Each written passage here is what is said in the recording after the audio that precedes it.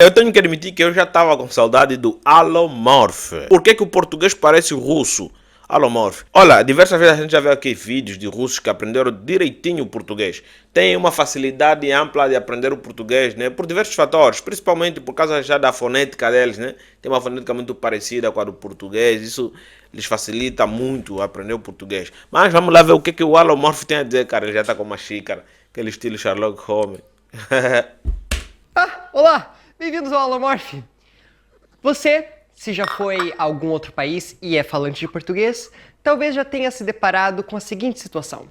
Você está lá falando e as pessoas ao redor ficam na dúvida, ficam pensando, que língua essa pessoa está falando? Tem horas que parece espanhol, tem horas que parece italiano, mas tem horas que Parece as pessoas russo. dizem que parece russo. Olha, eu já vi vídeos de ingleses a falarem isso, né? Que o português se parece muito com o russo.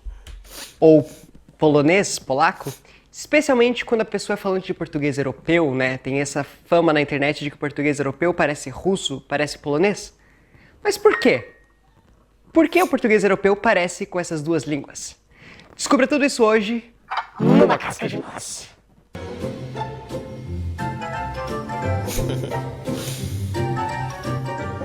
O cara tá em 1980.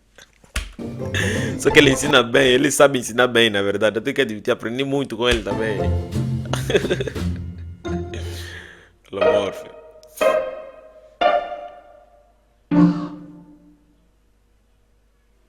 Bom, a resposta curta é a fonologia. E a resposta longa é o que na fonologia do português faz o português parecer mais o russo ou polonês. Em específico, o que tem na fonologia do português europeu que faz ele parecer mais o russo.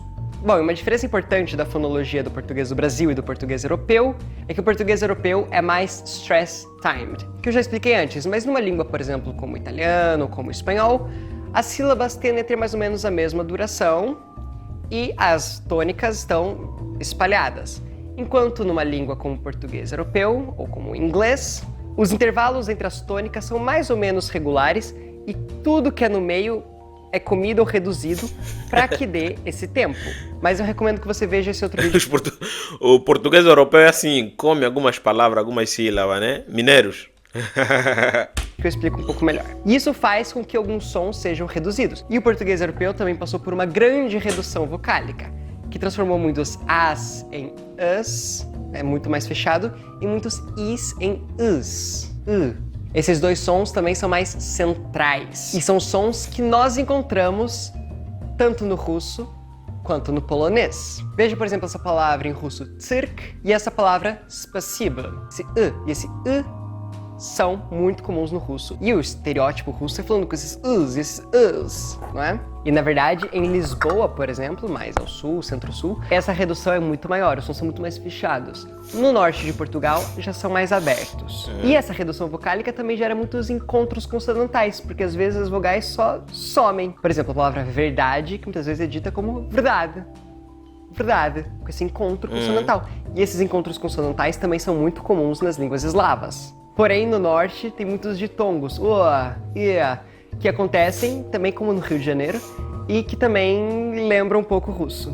E é por isso que o português do Brasil soa um pouco mais românico, digamos assim, mais como o espanhol, por exemplo. Porque essa redução vocálica mais intensa começou ali mais ou menos a partir do século XIX, na época do Camões ainda não tinha.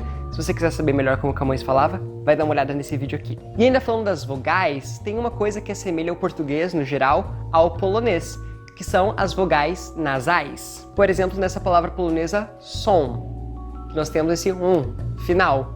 E é uma coisa que o polonês preserva bem em relação às outras línguas eslavas, que perderam os sons nasais. E outra coisa que o português tem também são os x e os js, que nós temos, né, todos os falantes de português têm, e com mais uma coisa, que é que em Portugal, no Rio de Janeiro e em algumas outras partes do Brasil, nós temos os sh finais e o sh antes de t, por exemplo, como eu já falei nesse outro vídeo aqui, sobre por que isso acontece. Cara, uma das particularidades real que o português brasileiro tem é os ti, que metem no D e no T. Ti, di, sabe? Essa particularidade eu acho, né, que faz o português brasileiro ser mais muito bonito e mais agradável de se ouvir. Vocês podem conversar com qualquer pessoa que não tem esse ti, di no seu português.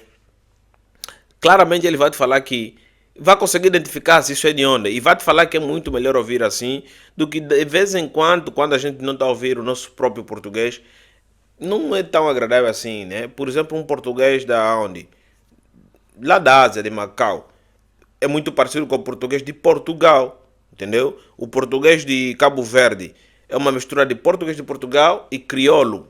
Então, é como se tivesse uma coisa a subir e murcha logo, sobe e murcha logo. Para os nossos ouvidos, o agradável é português de Portugal e português do Brasil, entendeu? E é claro, o nosso em primeiro lugar, né? Senão seria complicado.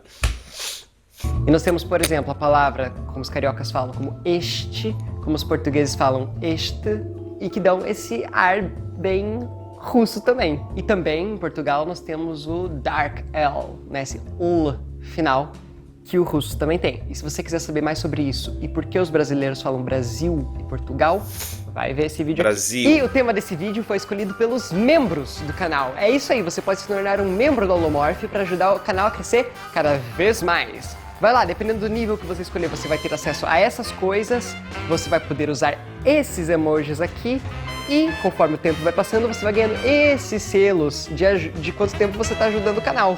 Inclusive, um shout-out aos nossos membros mais recentes, a Nick Clarinha e o João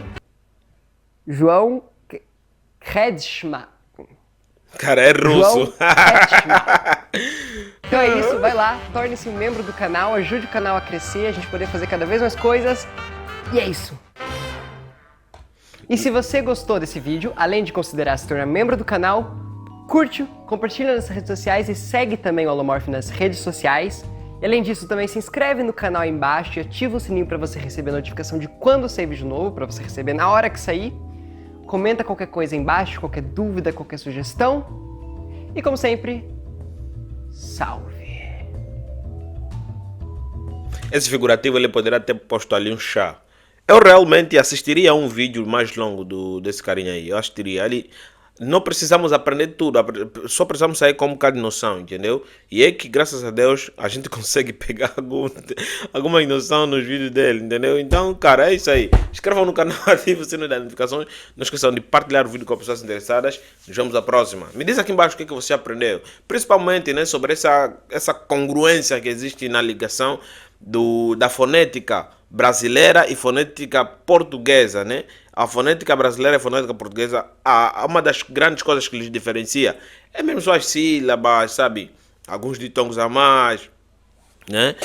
Dizem que o brasileiro usa muito, é oriundo, é isso? Gerúndio. O português brasileiro usa muito gerúndio, entendeu? Me diz aqui embaixo o que você acha sobre isso também, né? Principalmente sobre a ligação que existe entre o português em si só, no geral, e o russo, com as línguas eslavas, né? É isso aí. Se inscrevam no canal, ative o sininho de notificação, não esqueçam de partilhar o vídeo com pessoas interessadas. Nos vemos na próxima. Tchau.